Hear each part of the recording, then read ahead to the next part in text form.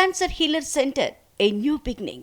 కంచ గచ్చబౌలి భూములపై ప్రజా సంఘాలతోటి భట్టి భేటీ అయ్యారు. సీఎం సూచనతోటి మీటింగ్ ఏర్పాటు చేశారు భట్టి విక్రమార్క. ఈ భూ కేటాయింపులు, రద్దు, చదును ఈ మొత్తం ప్రక్రియపై వివరణ ఇస్తున్నారు భట్టి విక్రమార్క.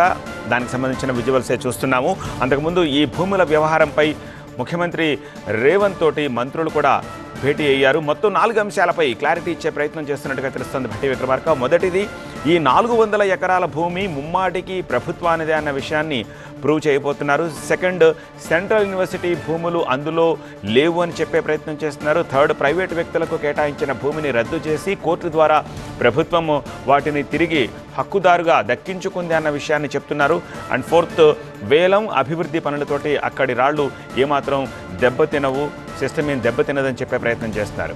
ఇక అభివృద్ధికి ఇచ్చిన భూమిలో ఎలాంటి చెరువు లేదు అని కూడా భట్టి విక్రమార్క వాళ్ళకి చెప్తున్నట్టుగా తెలుస్తోంది. దీనికి సంబంధించి మరింత సమాచారం అందించేందుకు మా ప్రతినిధి ప్రభాకర్ ప్రస్తుతం మనకు లైవ్లో సిద్ధంగా ఉన్నారు. ప్రభాకర్, సామరస్యంగా థింగ్స్ని ఎక్స్ప్లెయిన్ చేసి సిచ్యువేషన్ని కూల్ చేసే ప్రయత్నం ప్రభుత్వం తరపు నుంచి జరుగుతున్నట్టుగా తెలుస్తోంది. ముఖ్యమంత్రి రేవంత్ తోటి మంత్రులు ఇదే అంశంపై భేటీ అయ్యారని తెలుస్తుంది. దానికి సంబంధించిన ఇన్పుట్స్ ఏంటి?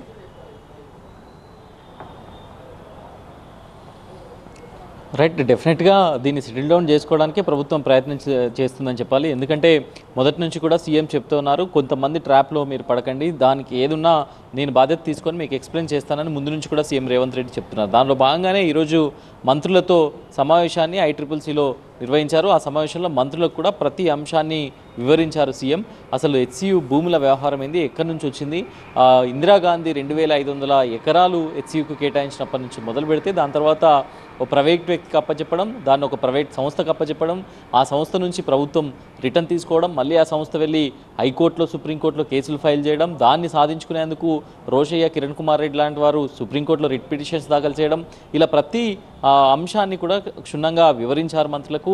దాని తర్వాత మొన్న కాంగ్రెస్ ప్రభుత్వం ఏర్పడిన తర్వాత మనం చేసిన దీన్ని పెట్టిన ఎఫర్ట్స్ ఏంటి, ఎలా సాధించగలిగాం అనే దానిపైన కూడా పూర్తి స్థాయిలో వివరించారు. దాంతో పాటుగా మీరు కూడా వెళ్ళి ప్రజా సంఘాలతో, విద్యార్థులతో మాట్లాడండి. ప్రజా సంఘాలు విద్యార్థులతో మాట్లాడితే కొంత క్లారిటీ వచ్చే అవకాశం ఉంది, వాళ్ళు పొలిటికల్ ట్రాప్లో పడకుండా ఉంటారు అనేది అయితే సీఎం రేవంత్ రెడ్డి మంత్రులకు సూచించారు. ఆ సూచనలో భాగంగానే భట్టి విక్రమార్క డిప్యూటీ సీఎం ప్రజా సంఘాలతో భేటీ అయ్యారు. కొద్దిసేపటి క్రితమే ప్రొఫెసర్ అరుగోపాల్, ప్రొఫెసర్ కోదండరామ్ లాంటి ప్రజా సంఘాలు, మేధావులు, అట్లాగే ప్రొఫెసర్లతో భేటీ అయ్యారు. సో ఈ భేటీలో చాలా క్షుణ్ణంగా ప్రతి అంశాన్ని కూడా వివరిస్తున్నారు.